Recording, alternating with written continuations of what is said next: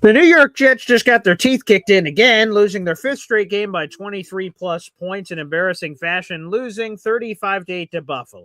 Womp, womp, womp. But in other news, the Jets just locked in the number 2 overall pick, baby! You know what? All for the greater good with the tank. The Jets have the number 2 overall pick, and the rest of us live here on the show should be massive fans of the Detroit Lions because that can improve our Colts pick. The post-game recap and analysis show and your phone call starts now. I'm going to lose my gosh darn bananas. Boy Green Daily starts now. Zoinks! Boy Green fucking Daily, fucking Daily, fucking Daily. Let's go!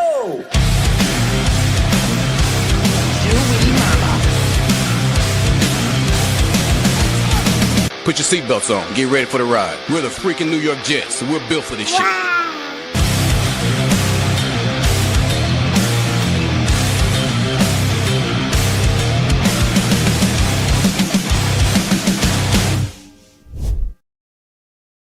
Hey, what's going on, everybody? I'm Paul Eston Jr., a.k.a. Boy Green. I'm the New York Jets digital reporter for Heavy.com. Welcome to our post-game recap and analysis show of the season finale against the Buffalo Bills. An absolute bloodbath. The Jets lost 35-8. It is their fifth straight game of losing by 23 points or more.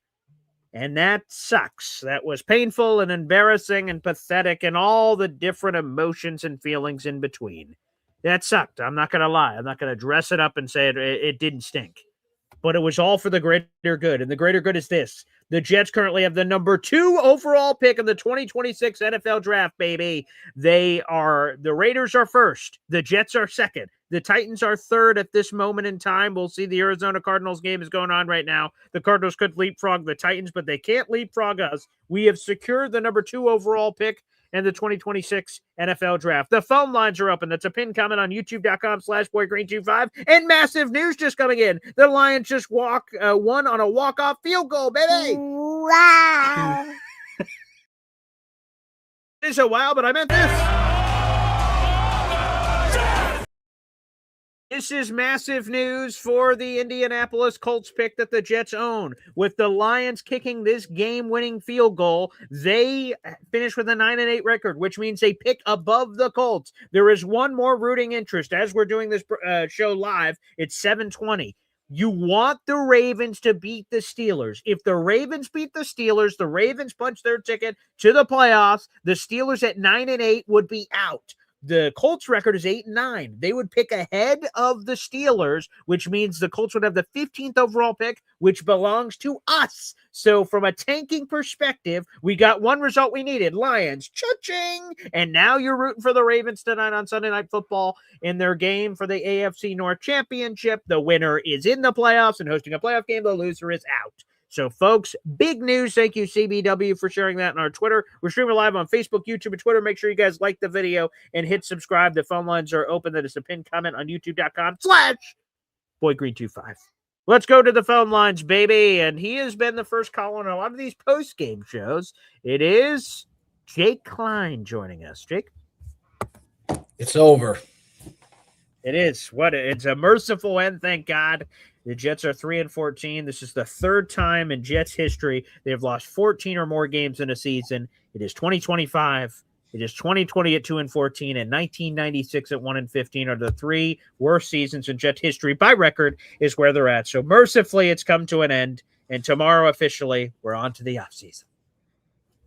So, what did Glenn do in proving this team? We prevented. He prevented the shutout. Did you see those 8 points, baby? Boo-boo! How did we score that? And I'm not even going to waste my time asking. Brady Cook, Andrew Beck, and then Quentin Skinner, back left corner of the end zone on the great 2-point conversion. Oh, it was beautiful, man. Nice.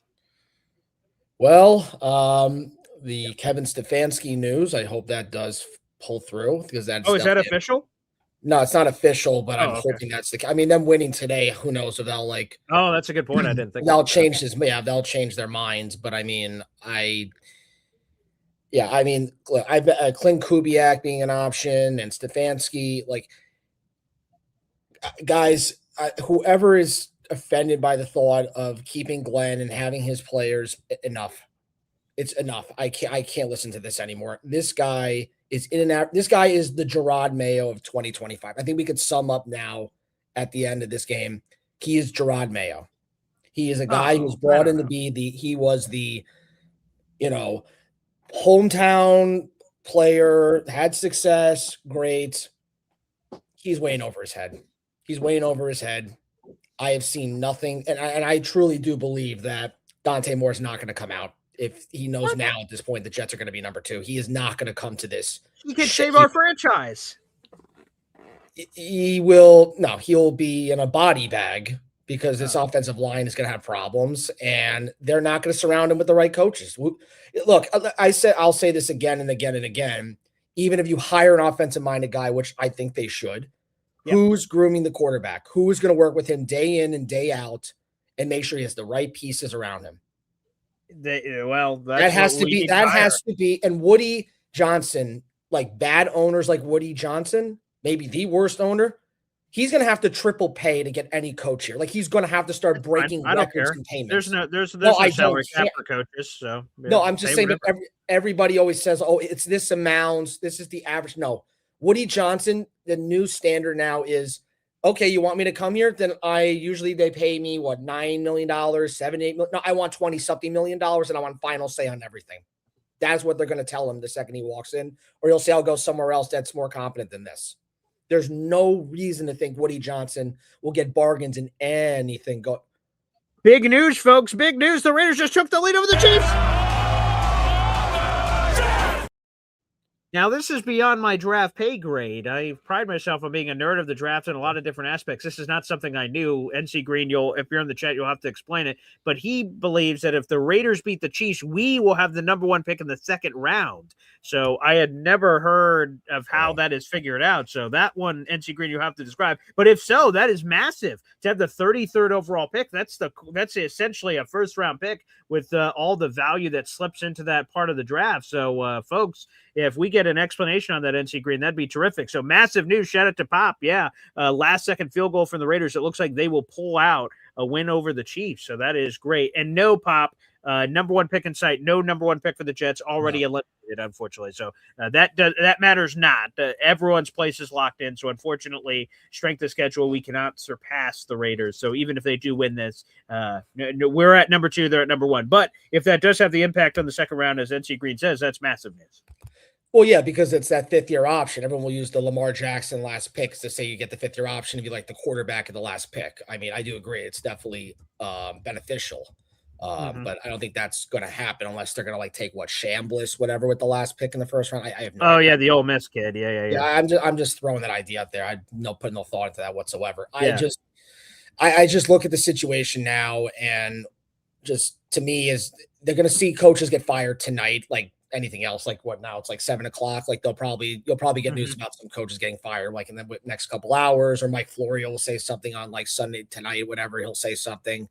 And then you'll see the flurry of the fires probably overnight and then into the morning. And then probably at that point, like, I don't think Woody should be like, oh, I need to watch and see who's getting fired. Like he should have I think people have said throughout the day that he should have intel into knowing who's going to get fired, who's not getting fired. And he should have that decision locked and loaded like tonight or tomorrow. Like just let's get it over with because he should have the conviction to make if he's like, no, AG's safe, and then he sees someone getting fired, he's like, ooh, actually, maybe not. Like, then you're already fucked. If you either want to get rid of AG or you don't.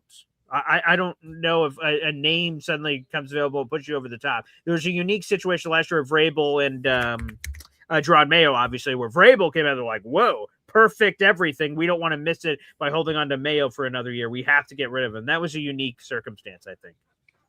Yeah, well, I mean, look, I remember Vrabel possibly was going to go to college if Brian Day didn't win at Ohio State. Ohio State, correct, right? Yeah, that was an option. So I knew that when Ryan Day was going to the playoffs, at that point, I'm like, he's going to the Patriots. Like it made perfect sense at that point based on how Gerard Mayo was. And then, like I'll harp on it. This is Gerard Mayo. I truly do believe it. And even though, Bob Kraft was so loyal to Gerard and everything because he was Belichick's handpicked guy, he said, sorry, kid, we're going with the option that works. And how's that going right now? Pretty damn good at this point. So sure, man. It's just, Paul, I admire your passion, but thank you. Thank you. Just let's get with Lou.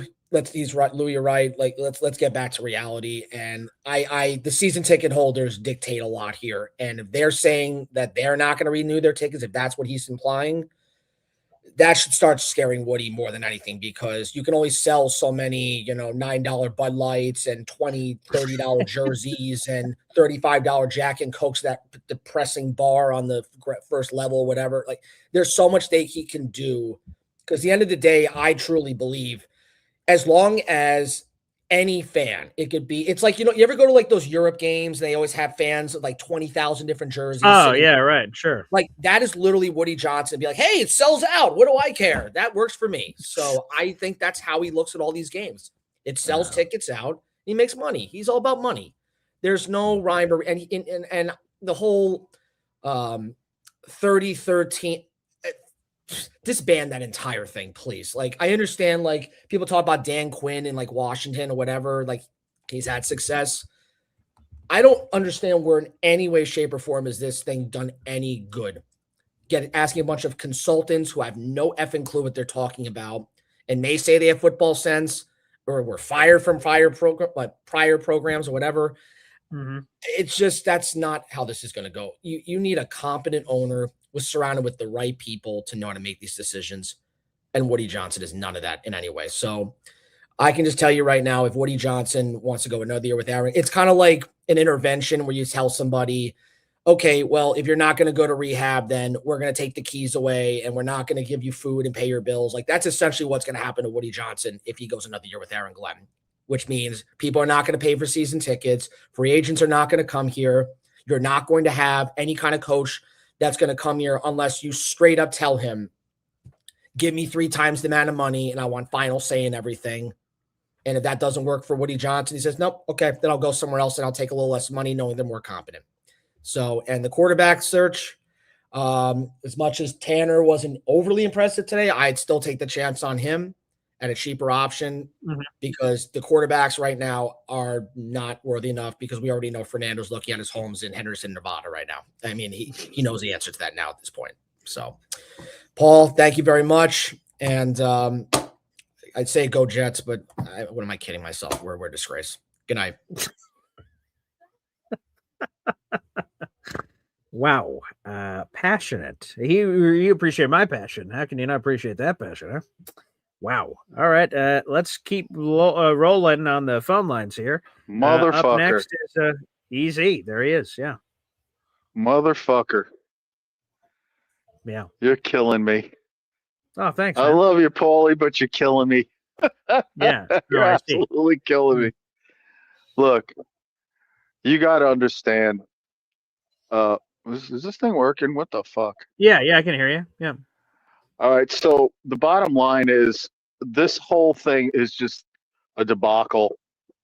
Who the hell is going to want to come to this team? What free agents are going to want to come here?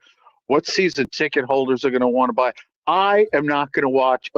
First of all, I'll tell you straight up, if he stays our head coach, I'm not watching the games next year. I'm not doing it. I'm not doing it. Nope. Because if he's that fucking stupid, then he doesn't deserve my fandom. This team is an absolute train wreck. Train wreck. It's a train wreck. They gotta go. He's gotta go. And here's the thing. I love Aaron Glenn. He was one of my favorite players. But as a head coach in the National Football League, he sucks ass. He's bad. He's just bad. He's lost this team. There was no effort today. There were like maybe 5 guys that played today. The rest of them were just going through the motions. I'm surprised they even had tickets back to Jersey. I'd have had my bags packed. I'd have told them, I'll clean out my locker in 3 weeks. I'm going on vacation. I'm fucking out. I'm out. Wow. I'm just out. I'm out. Nobody is going to want to come here. If someone was thinking of coming out of college, and if their chances of coming out of college and coming to this train wreck, I'd stay another fucking semester or two and get that money, because you get money now in college. There's no incentive to come out. I mean, they probably got money before, but I get what you're saying. there's no reason to come to the New York Jets with the current situation. Help us turn No it reason around. to Be the come here. savior. Be the savior. No one wants to be the savior. Nobody I would. wants to. That's because you don't have an NFL career on the line. Well, I wish I did. You're dad to the bone. Yeah. The dad Yeah, I to like the that. bone. Yeah, I love that. But if I was a college kid, I'd be like, cool, I get to go to the Jets, turn them around, and I'm a hero. Yeah, sign me up. Yeah, that's all well and good, but you got to be coached up. Sure. And there's no coaching staff on this team worth a shit except for Chris Banjo, and Chris Banjo is special teams coach. Yes. Yeah. So that is the one bright spot in an otherwise dark, nightmarish blanket of death surrounding this team. It is really that bad. I mean, it's like an episode of Stranger Things. Oh, I love that. And show. Woody Johnson is that no-nose creepazoid thing. Vecna? No. Yeah, Vecna. That's Woody Johnson. He's Vecna. And Okay. everyone that comes here, he destroys and breaks their arms and legs and pulls their eyes out. It's just it's what it That's is, graphic. man. Yeah. Well, I mean, I can't watch this anymore. I'm going to watch a game tonight because I want to watch a football game. The only reason I went to the bar to watch the game was I love the classic white uniforms. Sure. And they looked good. They looked pretty. They didn't play well, but they looked pretty. Yeah, they look pretty while they're getting the shit beat out of them. Yeah. Yeah. Right. And why did they get the shit beat out of him? Because he lost the locker room. That's about it. That's Or the bottom line. the roster sucks at this point at week 18, and they were playing Raheem Blackshear. Maybe that was a reason.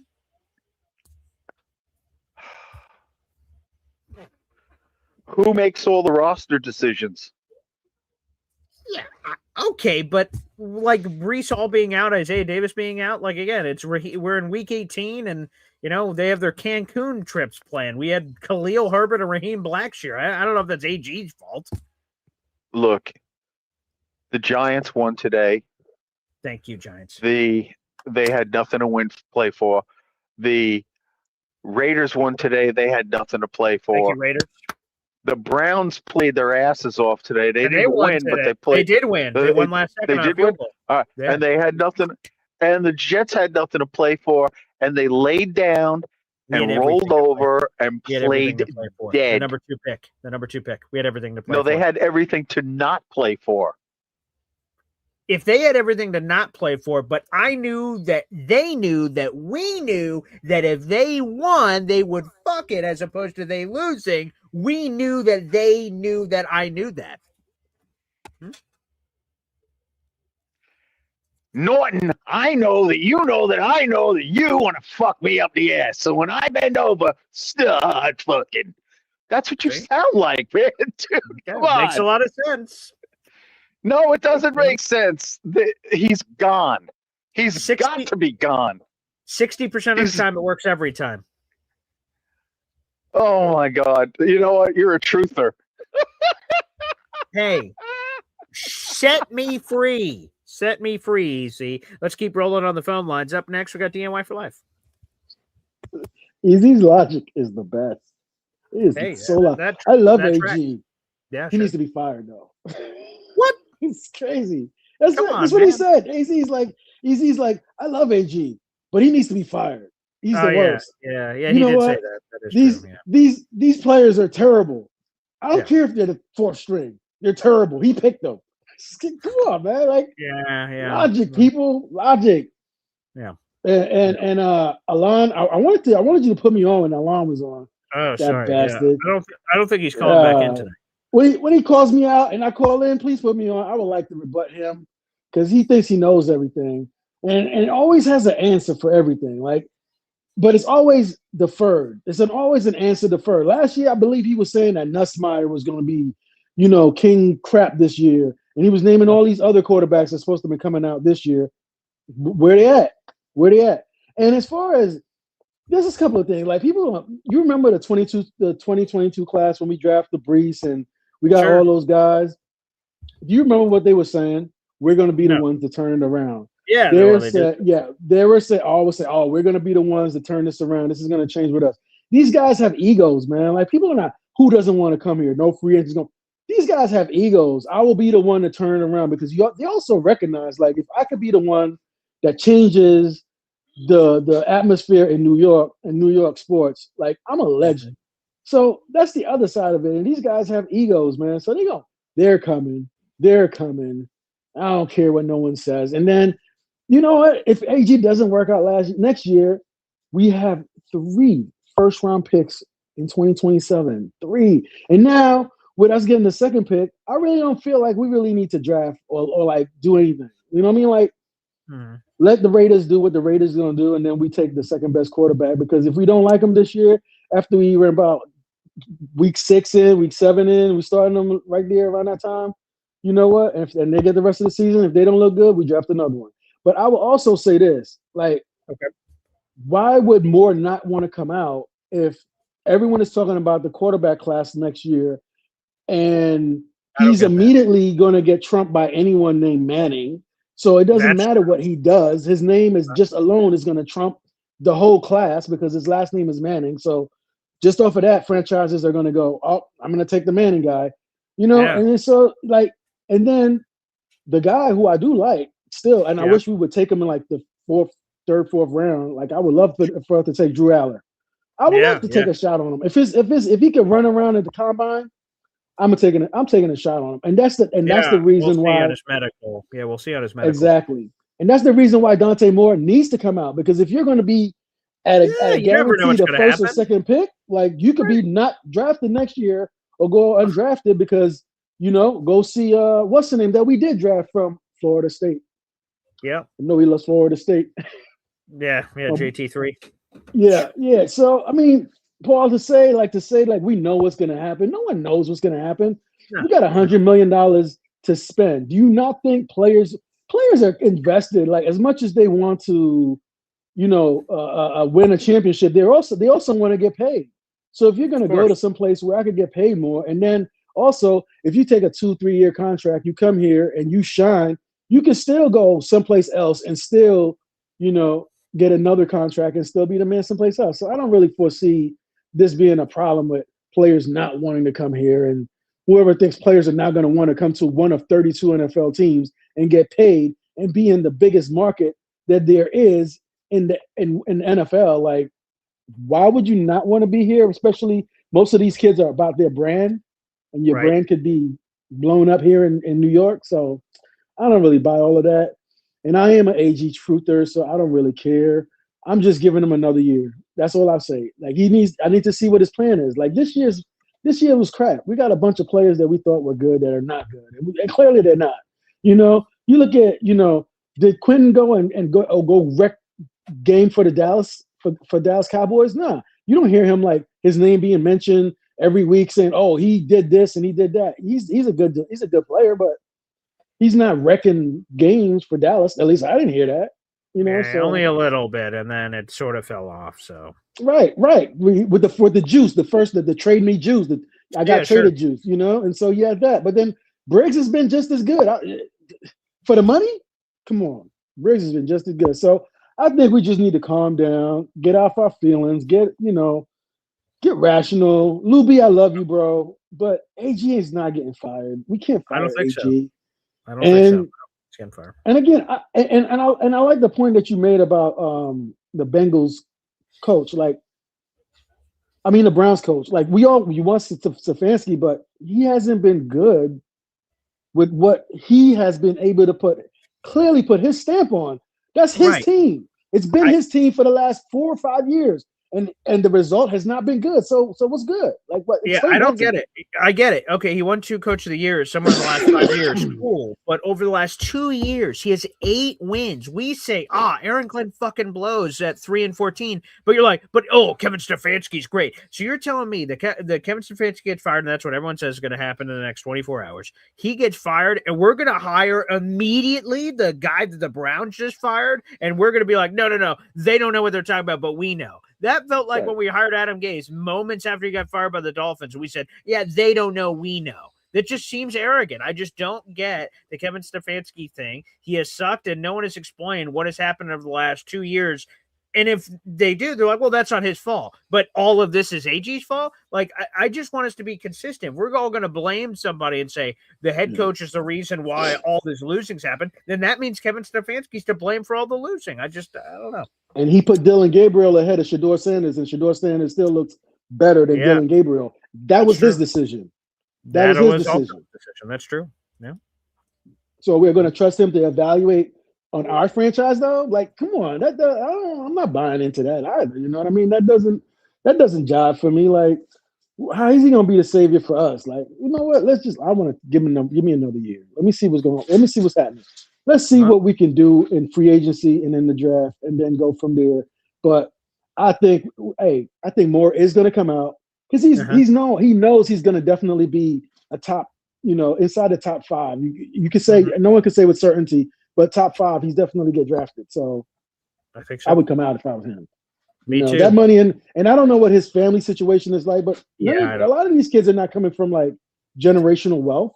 So this is generational wealth. The NIL money is good, but it's not generational wealth as compared to being the second pick in the draft. That's true. Yeah. Just saying. Or being the first pick, because the Raiders might take him and be like, oh, we like him better. We like his upside better. Right, maybe. So we don't know, but now we know, and that's the good thing about. And we'll get more into this tomorrow. We'll have a draft analyst on the show tomorrow. But we're picking 2. If there's 2 quarterbacks in this class, we're getting one of them, guaranteed. And if not, so if Fernando's the only guy in this draft, then Raiders get Fernando. We get the first pick of anyone not a quarterback. We have a million needs. So either we can trade that pick for a king's ransom or we take a blue chip guy to plug in. I think it's a win-win for the Jets. I prefer the quarterback. Obviously, we're in quarterback hell. Yeah. Give me a quarterback for God's sakes if we can. But yeah, I think we're going to be okay. Hey, what do you think of the Malik Willis idea? Do you like that idea of Malik Willis? I'm relatively intrigued by Malik Willis. Hey, I think if we draft, let's say in this made-up world, Dante Moore's entering this class and we draft him, I want some veterans in front of him. So Malik Willis, that intrigues me. Jacoby Brissett intrigues me. Insert all these veterans that could be acquired. Kirk Cousins, for God's sake, somebody, whoever it is. Malik Willis, he's on the list of guys that intrigue me. That's good. That's correct. Yeah. Yeah, so, I definitely want a couple of vets to go with the rookie. You know what I mean? Because I don't want the rookie starting. Like that's if the one thing that everyone says right with regard to quarterback development, you can't start in New York. I don't care who you are. You can't. I like Jackson Dart, and it was a good thing that he didn't start in New York. You know what I mean? So you gotta sit for a little bit to see what this is all about, and then get your shot. Yeah. That's my goal. All right. Hey, DNY for life. You're the best, baby. Thanks for tuning in all season. And I'm sure we'll be doing this throughout the off season, brother. Appreciate you, bro. Appreciate you holding it down for us, man. I appreciate, watching the game with you, bro. It's been awesome. There we go. Thanks, Devin. There you go. DNY for life joining us here on the program. A couple of things. First off, Danger Zone. Yes, we can see your comment. You're a part of the Boy Green Coffee Club. Horns up, baby. Welcome to the Boy Green Coffee Club, Danger Zone. Good to see you. I see that Indy asked a YouTube super chat in here. Wow. Poll, please, AG, truther or not? Thanks. I don't know what the poll you're trying to talk about, Uncle Indy, so explain in the comments, and sure, I'll put up a poll for you. Thank you for being a member for 14 months here on the channel. Here's my case real quick on AG, and then we'll go back to the phone lines, okay? I want AG back, but what I want to – so AG just spoke tonight. I have not heard it, obviously. I'm on here on the show. But AG's going to have that press conference that he already had, and he's going to have a State of the Union. It's going to come probably Wednesday or something. I don't know when it's going to come this week from the Jets, where AG, Darren Muji, and Woody maybe are all at the podium or at a table, and they're answering questions. I want to hear what is the plan for AG. I need new guys on the offensive staff to see. A poll, yes or no, AG truther. Like, am I an AG truther? Is that what you're asking, Uncle Indy? Like a poll asking is Boy Green an AG truther? If not, I don't understand the question. So let me know, Uncle Indy, and I'll put that up on the poll. But no, the thing I want to see is this AG truther I'm being labeled as, is I want to hear what's his plan. We fucked up this. Here's my plan to fix it. That's what I want to hear from AG, and hopefully we hear that this week. So that's what I'm hoping and rooting for to the sun and the stars. We have 600 people in the room. Make sure you guys like the video, hit subscribe. During our live show, we surpassed 8,000. Let me get the number correct. We searched over 8,270 subscribers. So help us get to the next milestone. That's 8,280. We keep chipping away every show to get closer to 10,000. So, folks, keep it going. Indy says no, asking people to vote whether they are or not. Okay, sure. I'll put that up real quick on the poll. Are you an AG truther? Yes or no? Okay. Okay, so I just put that up on the poll on YouTube. So as long as we're doing this post-game show, you guys can vote on that. Whether you yourselves are an AG truther or not, feel free to let us know there in the universe. Back to the phone lines. Hey, it's Macho Talk Sports. What's up, Macho? How's it going, Ben? How you doing? Hey, whoa, what's going on there, Macho? What's cracking? Not much. I'm just trying to look at these updated Tankathon things going on here. I see that, of course. Some really good news. I thought that the Chiefs might throw the game just to try to help themselves out as well. I didn't think the Raiders would take the bait. So shout out to them. Yeah, that was amazing. Like a field goal. Nice, beautiful. Which I have since confirmed. We will have the 33rd overall pick in the second round. So that's the first pick in the second round because of that Raiders win over the Chiefs. So even more great news. So yeah, so how does that work? So I'm still figuring that out on the rules, but I've just seen it from Tankathon that they confirmed it about how it inverts from one round to the next. So again, that math is making my brain explode. But the good news is that the Jets have it. So that's another valuable asset. So they have right now 2. If the Ravens beat the Steelers tonight, the Colts pick will be 15. So you'll have 2. You will have 15. You have 33 because the Raiders beat the Chiefs. And then the Cowboys lost to the Giants, which helped us get number 2 overall in the first place, but also increased the Cowboys pick even more higher on the top 50. So that they're one at is 12 right now. So that would be what? So that is 44. Let me see if that's the math of it. Yes, so 44. So the Jets have 33, 44. They have 4 picks in the top 44. That's phenomenal. Amazing. And which goes to, I see we have a, not a super chat. There was a comment in here. Let me see if I can bring it up. A super chat. Here it is. I knew there was a super chat. Our boy Danger Zone. So let's go to Danger Zone here. Wow. Thank you for the super chat. Paul, how many holes do we have? 35 out of 44. It's a lot, which again, here's the things if you are a fan out in the audience. The Jets having picked 2 means they don't have to trade up to number 1. The Raiders aren't trading number 1 anyway. If they do, I'm interested. But let's assume they won't. So you're picking 2. That means you don't have to trade up for anything. You can just stay at 2 or trade back and get more assets. So at a bare minimum, we have 4 picks in the top 44. And if you're the Jets, that should, to me, I consider first-round picks, second-round picks, and third-round picks premium picks. And that's just my made-up word. And what I think that means is those can be starters and should be starters, or at the very least, key contributors. And we can debate on that. But so the Jets don't have a third-round pick right now, but we'll see if any trades or anything happens where that changes. So 4 picks in top 44, that should be 4 starters. And that is 4 massive holes to fill. That could be quarterback, that could be wide receiver, that could be pass rusher, could be defensive tackle, could be off-ball linebacker. I mean, there's a lot of different things that it could be for the Jets. So how many holes do we have? It's hard to say right now in this moment with a gun to my head seconds after the season ended.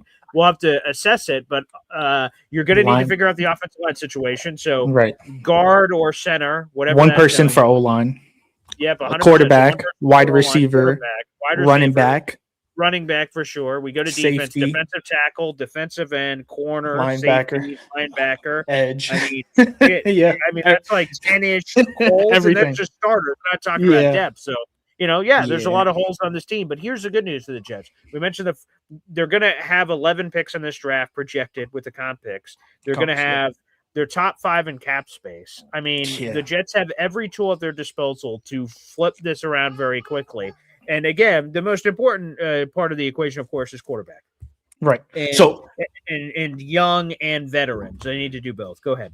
So to speak on that, because what I'm trying to figure out is we have a puzzle piece here where we have a bunch of different holes. We have the money to fill up these holes. We have the draft positions to fill up the holes. Now, how do we get it to all make sense. Now, what I'm thinking with this new draft order, because originally when I was thinking about it, we were at 3.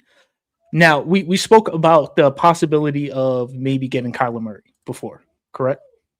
Now, with doing that, that was always with the caveat if the Cardinals would be eating some of that salary to begin with in order to make that trade even possible. So I think he's getting like $20 million a year. And it sounds like the latest update is he will be cut. So it sounds like he we will won't be even cut have for to worry sure. about trade. Okay. That's what the latest report said, is that by all indications he will be cut.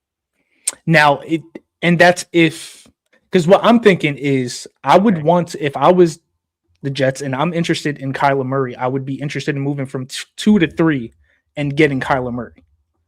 Now, with something like that interesting, what are you talking about? Because right now they're number 3. The Cardinals are number 3. They moved from 5 to 3. Let me see. Let me just because the whatchamacallit, the Giants won. Wait. You're telling me that you would trade the second overall pick for the third overall pick for Kyler Murray? Correct.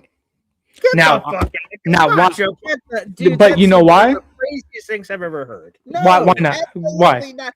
Tell me, please. Why would I do a massive pick swap for that? Because there's no guarantee. There's no guarantee that he comes to us. That's the thing. Let me make this clear. I don't want Kyler Murray that bad. If Kyler Murray gets cut and we can sign him, I'm interested because I think he's a viable veteran quarterback. I want to make this as emphatic as possible. There is no way in the world. If the Cardinals want to jump from 3 to 2, they're giving me their firstborn son. They're giving me all kinds of crazy shit. But if they do that, they're also taking a quarterback. They're also taking right. So then we would need to fill that hole in order to even have that in consideration to move to 2 to 3. Because we wouldn't even think of doing that unless we had a quarterback, maybe whether that be through free agency or something like that. That would have been adjusted for at that point, because the draft is going to be in late April and free agency is a month and a half earlier. But yeah, let me make that clear. Hell no. So the reason that I want to do that is because I'm interested in also still drafting a quarterback, but Dante Moore is not really the quarterback I'm looking at. I would be looking at, and that it's still up in the air whether he's going to be available.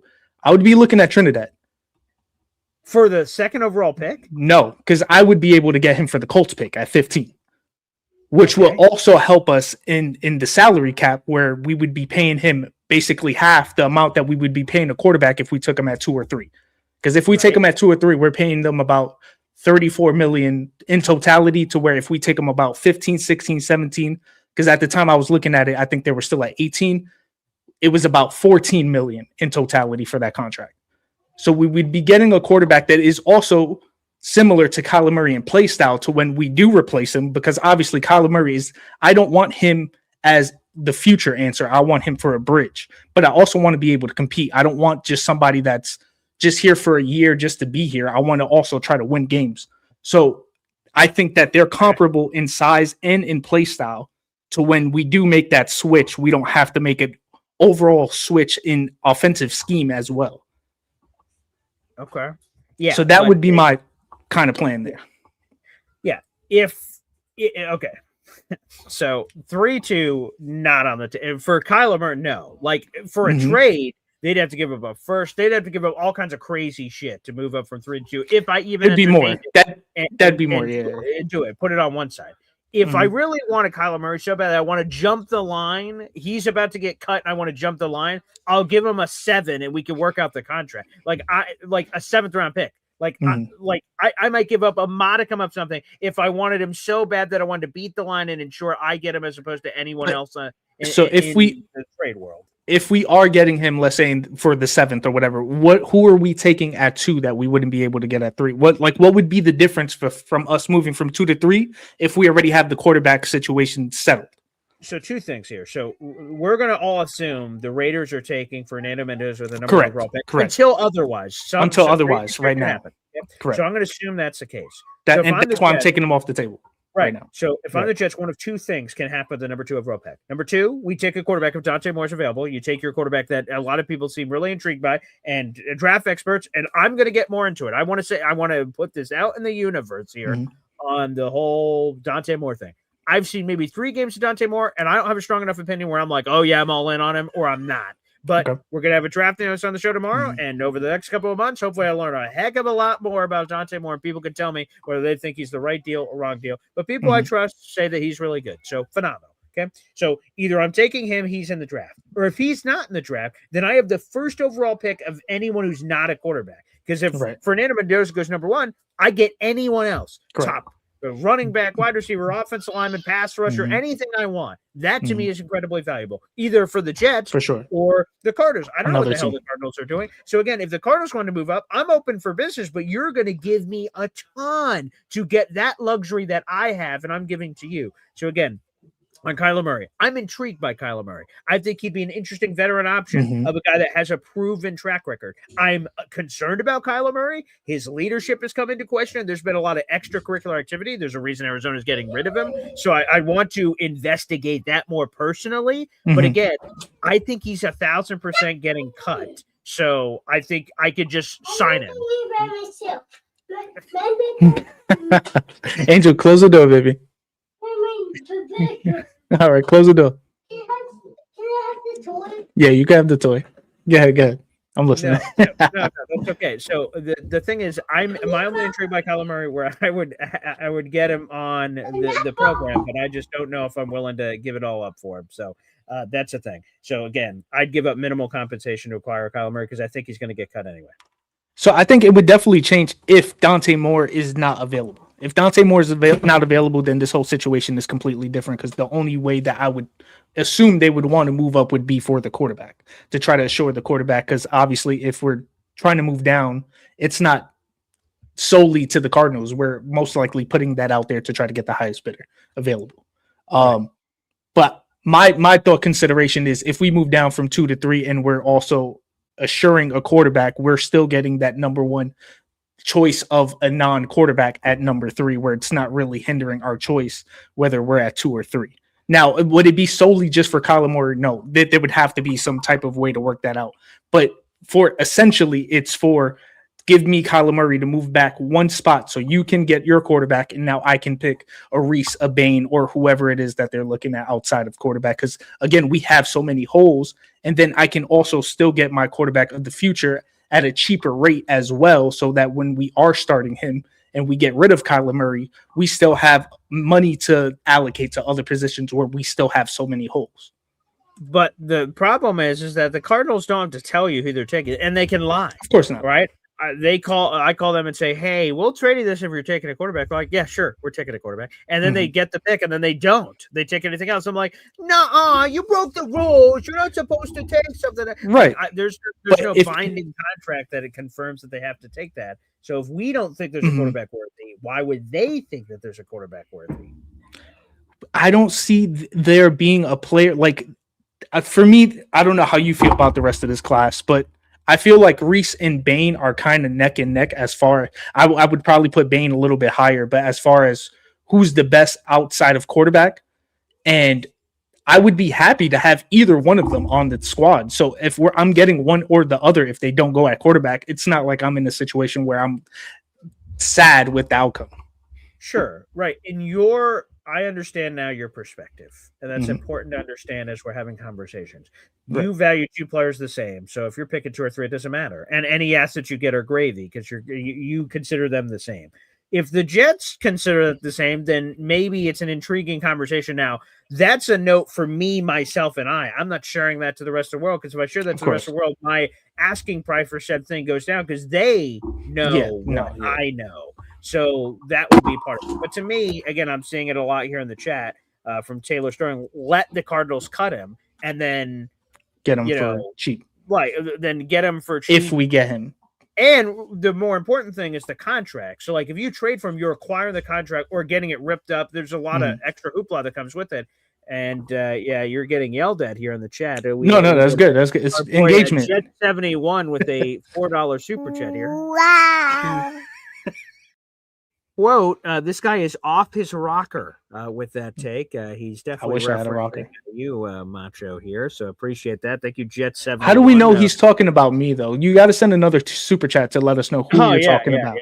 Try to clarify, Jet. I'm not sure. It may be unclear of who exactly you're talking about here. But Yeah, that's I like the position the Jets are in. A lot of things have gone their way in terms of tanking, and hopefully they continue to go their way. Yeah, I hope so. I don't feel comfortable in getting a good enough quarterback to come in here that actually wants to be here, other than using us as like a Kirk Cousins type of negotiation tactic to try to just go to another team for more money or something like that. I don't see many people wanting to join this squad right now, and I don't blame them either in the position that we're in. Well, here's the thing. So let's say you wanted to acquire Kyler Murray. Hey, let's go. Super chat real quick. Wow. Thank you for the very blunt clarity that can't possibly misinterpret as anything else. 100% it's Macho. Thank you for the $2 follow-up super chat, Chat 71. Beautiful. That's 2 raffle tickets to our contest this month. So thank you for that clarity. Thank you for that. I don't even remember where I was going, but the point is that just where the Jets are, I think a lot of things have gone in their direction. Here it is on Kyler Murray and potentially players not wanting to be here. Correct. If the Jets traded for Kyler Murray and he didn't want to be here, he could force his way into not coming here. How? His contract. To trade him to anyone, Kyler has to work with the team, the new acquiring team, to rework the money because no one's going to take that shitty contract he has with Arizona. So if Kyler says, I don't want to fucking play for the Jets, fuck you. When we say, hey, we want to rework this bonus and go here or there, he'd go, screw you. I'm not reworking it. So you could trade for it as is, and I'll fail the report and everything else. So if that's the loophole of getting him here, because other people may not want to come here, I don't think that's going to track. Because I would hope it wouldn't be the case if he doesn't want to go to the Jets just because it's the Jets, but it's more the case of if I have the option between going to the Jets and somewhere else that is ready to compete with more weapons or better direction, then I would most likely lean towards that. It's not that I wouldn't want to play for the Jets. It's more so I would rather try to go somewhere where I could compete, and it doesn't seem like we're in a position to do that anytime soon, at least. Okay. By the way, Jet 71 says, not personal. This take is just wild. That's all I'm saying. Oh, no, it's all good. It's all good. Well, Macho, it's been a long time since I've done this to someone, but that take was just so intense that let's do it. There's no other choice. You have to go in the grinder, man. You mess with Kurt and you go into the grinder. Okay, now this grinder of yours, is it a real grinder or is it some kind of a metaphor? That's it. You're gone. Adios. TKO'd. Historical. Wait. I won't be funny no more, see? Security. You ain't got to bring the man down here. Wait a second. Kurt, come on, please. I need this job, Take out the trash. Trash? Oh, now look at here. So get these moves out of my face. Sorry, Macho. Come on, man. What are we talking about here? Kyler Murray? Good Lord have mercy. And I know you have Macho Talk Sports and Macho Talks Jets and all your new launching and a brand new intro. And I wanted to let you plug all that, but good Lord, Kyler Murray, you're gonna have to take a lap there, Wheezy, for the next 24 hours before coming back in here after that take. That is just absolutely awful. That's one of the worst takes I've ever heard. Wow. But I love you, Macho. I love you, pal. All right, let's go back to the phone lines here. We've got KO. BG, what's up, man? Yeah, boy. Brutal. Painful. This is a rough season, man. Yeah, that's honestly. Okay. What the hell? Kyler Murray? What is going on? I don't know. What is in the air today? I don't know, because I've been dealing with crazy people all day today at work. Kyler Murray? We at the point where we saying, oh yeah, we should trade for Kyler Murray? What? Especially giving up the number 2 overall pick. I don't really get that. Hell no. Hell to the no. Yeah, that doesn't make any sense. Yeah, this is ridiculous, man. And it's sad because I feel that if we get a young quarterback, we're gonna ruin him. What? We're gonna ruin Why? him. Because the coaching staff is terrible. Extra is terrible. Unless we're gonna somehow bring Justin Fields back or Tyrod Taylor back to let him sit back and learn for a year or two, bro, we're gonna ruin a young quarterback. We will. It's sad to say, we will. I hope not. Yeah, I hope not. But listen, I'm just being realistic. It's been proven we ruin quarterbacks. We have ruined a few. Yeah, that's true. Yeah, we ruined a few. And not only that, then it's like today. First of all, because I saw an article about Quincy Tour, I'm not taking him.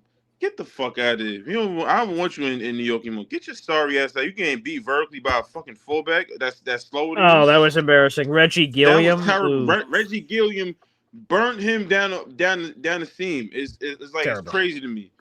That's how I'm like, yeah, get your sorry ass out. I'll go with a younger, and I'll accept the bumps and bruises and the little growing pains. But bro, you regressed. Sad to say. Ever since he had that one All-Pro year, he regressed. He hasn't gotten better since. Sad to say. I'm like, it really is.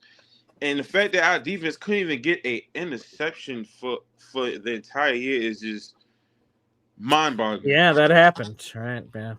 Mind-boggling. Quite. Quentin Williams got more interceptions than our defense. What the fuck? Like, this is crazy. What the hell is it? Then we had game. And it's sad because we could have had a couple picks this year. Yeah. That could have been game changers, going the opposite way. Yeah. It's like, bro. And it's sad to say, I was saying same old Jets. And someone's it's not the same old. I'm like, you're right. Because we got even worse now. We've gotten worse to the point where teams just run down our necks all the time. We missing tackles. It's like mind-boggling.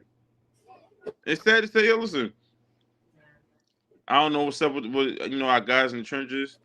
They got manhandled completely on both sides of the ball. I'm not even. And then the fact, why the hell? And you know how I feel about Josh Myers. I don't care whether Ohio State connection him and Justin Fields got. Josh Myers is terrible. There's no way there's no way on God's green earth that he's got an extension. What the hell did he prove to get an extension? I thought. I mean, it wasn't crazy money. I'm not too upset at it. Listen, even still, we could get it to somebody else. I'll take a practice squad player over Josh Myers. That's how bad it is. He's terrible. Wow. Okay. He is pathetic. I'm just over it. And then now that, listen, I got much love for AVT. His ass is out of here. I think he's gone. Sad to say. Okay. I think he's out of here. He's gone. Because, bro, you're off the field more than you're on the field. And I love AVT. You're off the field more than you're on the field. Shout out to Bruce Hall. I'm glad because he could have been getting 1,000 yards in yards. If it was his rookie, I think he would have hit 1,000 yards easily. No ifs, ands, or buts about it. He's gonna get it. I think he could have won the offensive rookie over Garrett Wilson. Yeah, he was on pace. Yeah, I agree. He would have won it. But shout out to Brees Hall. But honestly, we need to they really need to look themselves in the mirror from coaches to the players. Mm-hmm. And especially, and I was in one of the Jets fan groups. I said, I'm like, Extrain sucks. He's terrible. And he said, how does he suck? I'm like, bro, he's too predictable. He's not creative enough. He don't find ways to get guys open. You know what I can sit there and say? What? Watching Joe Brady or any other OC that we played this year, they found ways to get their threats the ball. Constantly. I mean, we did have shitty quarterbacks, though. I mean, Brady, Cook, and Justin. I mean, it was a disaster. No. I'm not going to blame Justin for everything, but even down to it, even that he bowled out that first game against Pittsburgh, even his numbers weren't bad.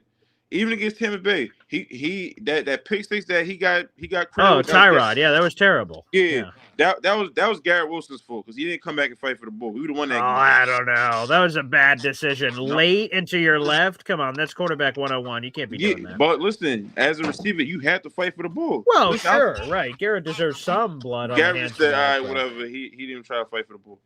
Then now I saw somebody sit there and say we should get Drew Allen. Hell no.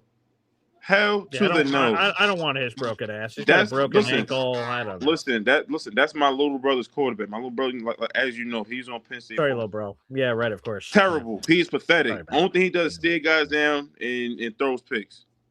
Yeah. Sad to say. Just watch the Oregon game. Watch the Oregon game. Watch the Northwestern game. He constantly stares receivers down. He's going to get somebody hurt in the NFL. The way how guys break on the ball and react, he's going to get somebody hurt. I'm cool on Drew Allen. I'm not sold on him. Okay. See it So, through. but and I'm not really sold on a lot of these quarterbacks. But you know what though? All right. If it happens, if we happen to go quarterback, yeah, I would take more from Oregon. Yeah, that's where I'm at right now. But we'll see if he's in. Yeah. Yeah, but see, and it's sad to say, if he might be like, you know what, and I'm gonna stay another year because we're picking up. Yo, listen, this dysfunction is terrible here. It is. Let's call a spade a spade. It's terrible. It's not great right now. What would make somebody want to come here? To turn it around, the Jets. I love the Jets. Listen, and besides, listen, if things been going on, but the past 15 years, it's been no change. Look, just think about this: the teams that were the laughing stocks for the past 15, 20 years are winning. You got the Bears, the Commanders. These guys are winning and going to the playoffs. So that means we're due. We're due. And we are struggling. It's been 15 years since Rex Ryan left. We've been in rebuilding mode for the past 15 years. Yeah, it's a long rebuild. Yeah, but maybe it's going to be finished being built soon. Listen, man, the way I'm looking at it, I don't know. I'm just not sure. I like Aaron Glenn, but I just don't. And I was having this, conversation with one of my coworkers. Some guys are great coordinators. Everybody's not meant to be a head coach. Josh McDaniels is a great offensive coordinator. Oh, terrible head coach. Terrible head coach. It's not for everybody, and it's okay. It's not for everybody. Being a head coach is not for everybody. It's not. Definitely not. Yeah. And I think that maybe AG is a better DC than AC. He's getting out coached and everything. But let's give him a chance. He's only been here 1 year. Let's figure it out. Yeah, but you know what though? And it's sad to say, because I wish I could find this post. I remember I said this. I said, we're going to regret firing Robert Saleh. I said that. But you know what? Because you got to think about it. He got fired. We were number 2 in the division. We were fighting for first place in week 6, 6 days after he got fired. And he got fired. And now that the defense was balling. They were, sure. And you see now it's just a regression. It's like, bro, what is going on? And you can see you can read in the body language. They gave up on Aaron Glenn. It looked like they rolled over. I can't lie. It did not look good. But again, the good news, KO, is that we've got and I think we have a bad signal here, KO. My voice is sort of reverbing there, so I don't know. It must be your phone or something, or where you're at. But no, there's a lot of bad. I mean, the Jets finished 3-14. This is the third time in their franchise history they've had 14 losses or more in a single season. Just terrible. So this is bad. And I've not heard the AG final press conference yet or his State of the Union that's coming later this week. So I'll be looking forward to hearing that and writing more coverage and everything for Heavy on Jets. All right, let's go to the phone lines. Go back to him here. Our boy Tommy's back here. What's up, Tommy? BG, what's good, brother? What's up? I think the guy, I respect everybody's calls, the guy KO and the guy previous, I think his name was, I forgot, the previous caller before KO. But what I want to say to you guys is, Aaron Glenn, okay, came over as a New York Jet. He was a Jet for 13 years, whatever he was. And he comes over. Yeah, a long time, 1994. Yeah, first round pick. Yep. What, 10 years? Something like that? But he was great. Let's see. So, that was their scout. Yeah, 10 years with his scouting and playing days. So my point to KO, okay, all right, this is like a side point. We'll put Aaron Glenn on the side point. Like, if you really think that you want to bring in Kyle Murray and bring over our picks when this dude is 6 foot tall, probably 5'10", okay? He runs around, gets hurt, and he's been hurt. And you want to bring him in here, okay, to replace Justin Fields? Or, like, I don't know what the philosophy of the last caller, KO, when he talked about Kyle Murray, because that's complete ludicrous. Oh, Macho. It was Macho. Yeah. Macho. Yeah. Look, BG, what you do as a Jet fan, okay? You draft a quarterback. I don't give if you don't like the number. If we're locked at number 2. We're locked at number 2 now. Giants lost. Giants won. I'm sorry. So we're locked at number 2. So the Raiders are probably picking Mendoza, right?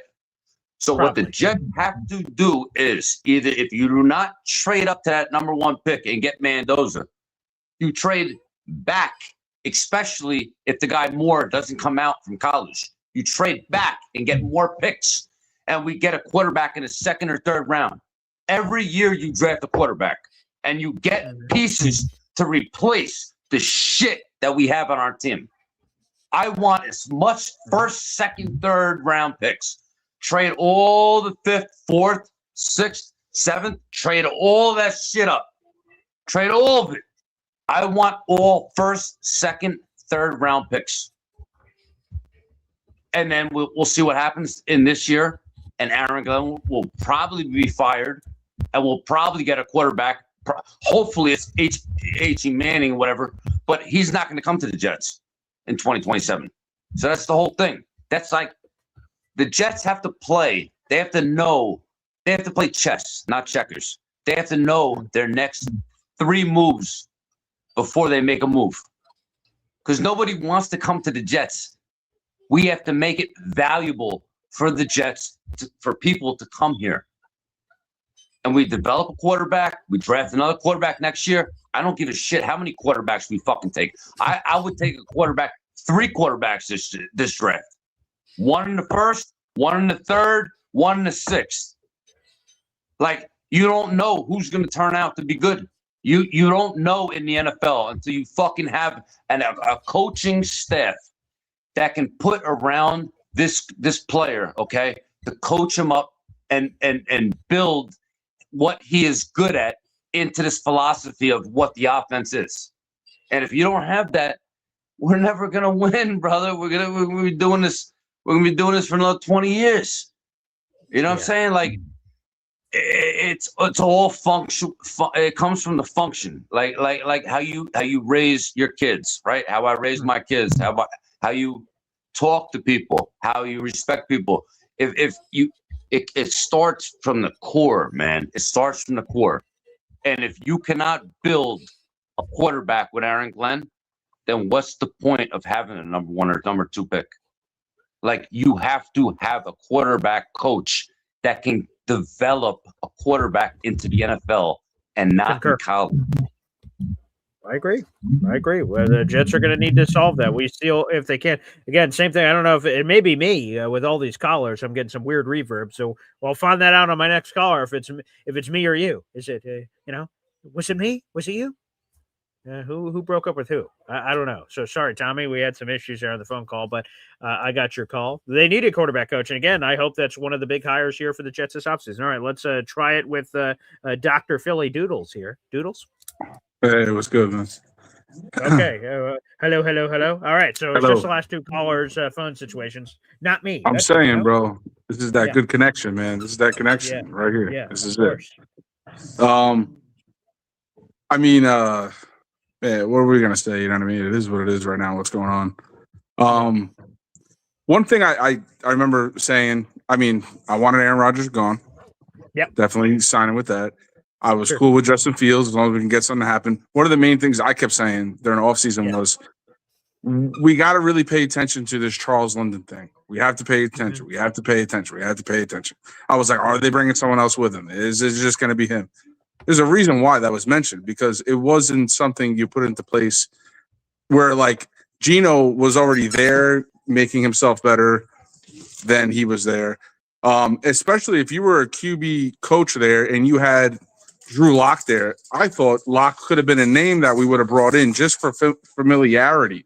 Maybe he was like, oh, yo, Lock, come over here, man. You remember I was mentoring you over there? Let's go make something happen. Let's put you in competition with Fields here, because that could have been someone that stepped in. I think we have to revisit the season for what he said and the indictments on Glenn. It is what it is, and it felt like a half a rebuild in the end here. It is what it is. Really, it is what it is. Another big thing everyone's forgetting to mention is, according to Schefter and other people, it seems like 1,000% Carroll is gone. Yes. So we don't know what they are going to do with that first pick. Of course, let's be right, honest. Yeah. And everyone's like, "Oh, it's Mendoza." They may look at Mendoza and be like, "There's a ceiling. I don't want a ceiling at number 1.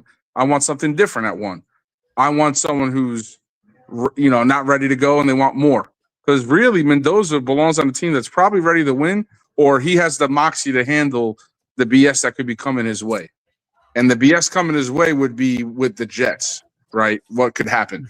Because the Raiders, in a sense, they're not ready to win either. Just because they have Max Crosby on one side of the field, the rest of the team is half a shit beside Bowers and the running back. So that's kind of like the Jets, right? Running back, wide receiver, if we keep the running back. And then on the other side of the defense, there's nothing really there. I just don't see that kid going to the city of sin and not working out. I'm sorry. Yeah, you need someone pretty level-headed. Cool, like really calm and cool. That's why I think Geno was an option for Pete Carroll, obviously, for having him around. But they're not a foregone conclusion for that. And another factor, whether we get rid of Glenn or not, all these scenarios we have pitched to ourselves where teams get better the next year, besides Sean Payton, which is Sean Payton. He's won a Super Bowl. He's that guy. Sure. He selected with Moogie and the other people there that quarterback that worked out for them. He was an older prospect. It seems like what we're learning is a lot of older prospects are panning out now out of the NFL draft because they're coming out with money and they're working with money in college, and they're moving to where they want to go, where a system could work for them. So it's all about mentoring that system to work out properly.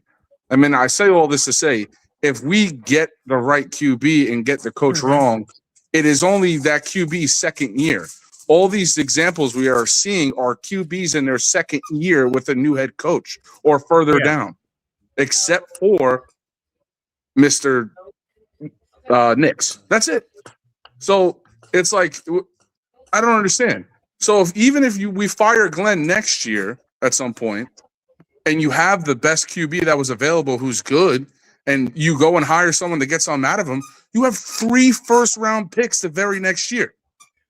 Like, it's not – I know the doom and gloom is disgusting. We hate it.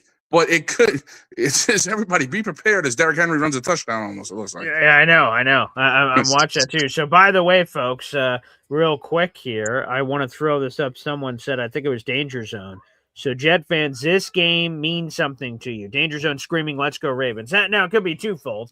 Fuck Aaron Rodgers and fuck our ex, So that could be one reason for sure. Apparently, the long run's coming back anyway on a penalty for King Me. But you want to go for the Ravens, sure, probably for that, screw Aaron Rodgers. But the more legitimate reason beyond Fields is if the Ravens beat the Steelers, the Ravens make the playoffs, Steelers are out of the playoffs, and the Colts pick will guarantee be 15th overall. And yes, the Harbaugh, Tomlin, any of those folks too.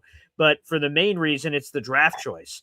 And the draft choice, again, would be guaranteed 15th overall if the Ravens win tonight for that Colts. Now, if the Steelers win, then that pick is 16. Still great. Again, when they traded for that pick, I thought it was going to be 25. So the fact that it's 15 or 16, phenomenal. Great trade for the Jets. I mean, this is it gives us flashes and signs of when Joe Douglas had the chance to grab Zach Wilson, and then he also grabbed Vera Tucker. Right? Right. Correct. Yes. I mean, so they could be corner franchise. They have to be in this case, right? They just have to be.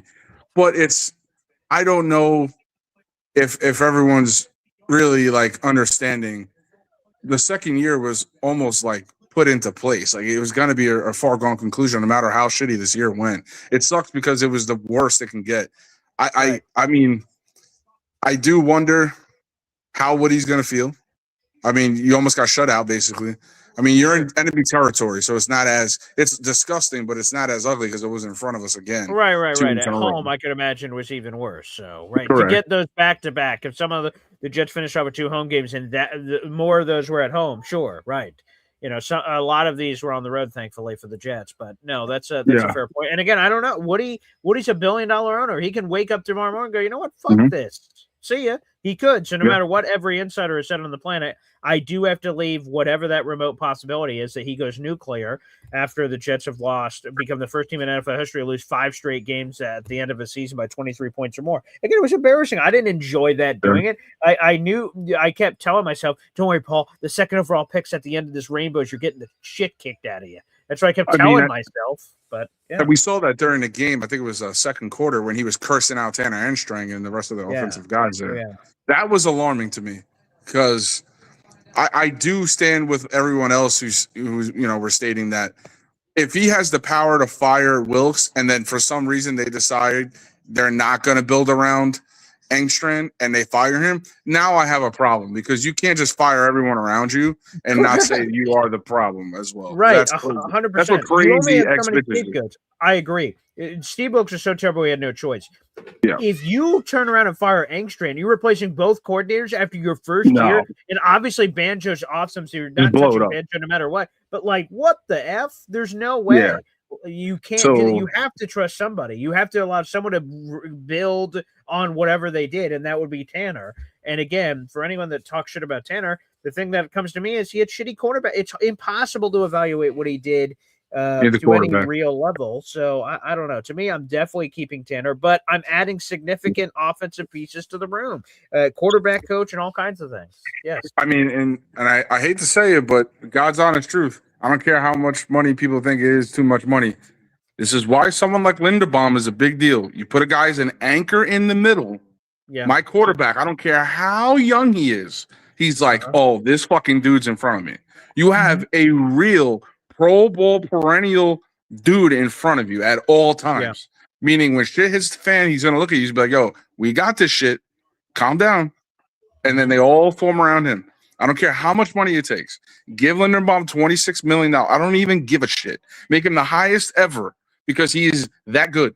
He's got 3 or 4 Pro Bowls. Like, he just started 3 years ago. That means he's been a Pro Bowler every fucking year. We're watching him again. He's that good. Now, I don't think they let him go. But if it's available, think he hits the open market though. You can't franchise tag him because of the money. And again, we'll do a full show on Linderbaum because I have all these thoughts about him. But like, he's going to hit the open market, and maybe he gets the open market, gets an awesome deal, goes it back to Pittsburgh or Baltimore, and says match as they do, and it's all over. That's possible, but I mean, that's a unique situation right there, man. What a bag. Now he just whiffed on this play. He did very bad. Yeah, he did very badly. But Henry wasn't the running back. Henry wasn't the running back, so just remember that.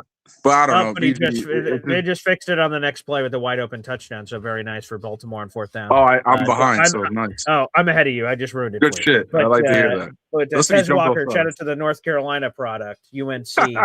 Go Tar Heels. There you go for all you North Carolina folks out there. Go Baltimore for this game. Philly Doodles, it was a hell of a season. I appreciated you being with us throughout the entire season, but now we're on to a incredibly pivotal offseason for the Jets. Quarterback questions, coaching questions. I mean, there's a lot of stuff that's going to happen here, and hey, we're gonna all be here for it. So Doodles, yes, sir. Yes, you're the best. I'll be around. Yes, sir. Have a good one. There he is. Philly Doodles joining us here on the show. Ravens take a 7-0 lead. And folks, that's where we're going to wrap this one up. Shout out to the 700 people in the room. I do want to give a special shout out here. For those who don't know, or those who are new to the channel or old to the channel, what have you, I was never a big fan of these watch party things. I've done post-game shows. I've done pre-game shows. I've never been a big fan of the watch party things of where we're watching the game together. I normally always preferred to watch a game by myself, but there was enough people that said, yeah, try it. And I've done it, and I've had a really fun year watching them, having some cool moments. Now, it's a lot of bad moments in the 3-14 season, but it was cool to have a lot of these seismic moments. So, fans, thank you so much. We're going to try to keep doing this. Thank you to all the support. For folks that want to support, we have the brand new Boy Green merch shop in the YouTube description down below. $10 coffee mugs, $15 t-shirts for the Boy Green Coffee Club. It's our Jets YouTube community here on the channel. I hope you guys can jump on the train. much love. We'll be back tomorrow morning. So what does all this draft stuff mean? What's going to happen tonight and how that affects the picks? Tomorrow we're going to have DP, Damian Parson, a big-time draft analyst that you see him on Bleacher Report and Draft Network and everywhere else. He's going to join us at 8 o'clock tomorrow morning. We're going to sift through all the craziness. We're going to sift through and have some immediate thoughts, of course, on the season. We're going to talk about where they stand with the draft and what it all means. And then we'll bring in our draft expert at 8 o'clock tomorrow morning to go through what all this means and what Dante Moore, is he coming out? What does he think? Other things of that nature. It'll be fascinating. We'll take those questions live here on the show.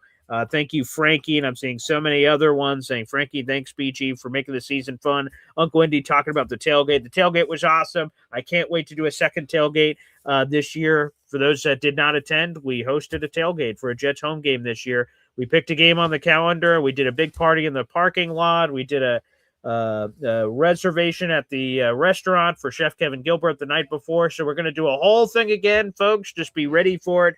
And we're looking forward to putting all that together. Thank you guys for an awesome season. The off season and off to the races. It will be on tomorrow morning at 7:30 to break it all down. Take care, everybody.